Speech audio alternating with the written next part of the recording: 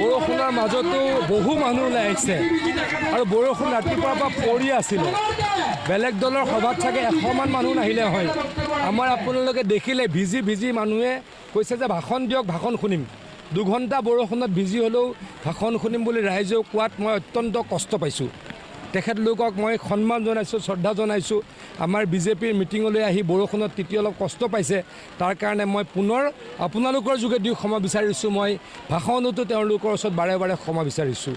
আজি বৰষুণত প্ৰচণ্ড বৰষুণ ৰাতিপুৱাৰ পৰা বৰ্তমানো বৰষুণত এনেকৈ কোনোবা দলৰ সভা হয় নেকি? অকল বিজেপিৰ সভাতে এই কথা সম্ভৱ হয়। কাৰণ হিমন্ত বিশ্ব শৰ্মা ডাঙৰীয়াই ৰাইজৰ কাৰণে কাম কৰিছে, নৰেন্দ্ৰ মোদী ডাঙৰীয়াই দেশখনৰ কাৰণে কাম কৰিছে, ৰাইজৰ কাৰণে কাম কৰিছে। গতিকে এই নিৰ্বাচনত আমি জিকিম, আমাক কোনো ৰখাব নোৱাৰে। আজিৰ এই কথাই, এই ঘটনাই প্ৰমাণ কৰিছে। কংগ্ৰেছ দলে মই নাভাবোঁ ক'ৰবাত ছিট জিকিব বুলি। অকল সংখ্যালঘু বসতি প্ৰধান অঞ্চলত মিটিং কৰিলে গৌৰৱ গগৈ ডাঙৰীয়াৰ দল কংগ্ৰেছ জিকিব বুলি মই নাভাবোঁ।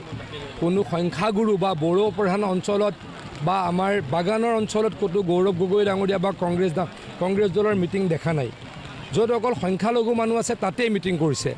সংখ্যালঘু মানুহৰ ভোটেৰে যদি তেখেতলোকে অসমখন জিকিব বিচাৰিছে, আমাৰ ক'বলৈ তাতে নাই একো।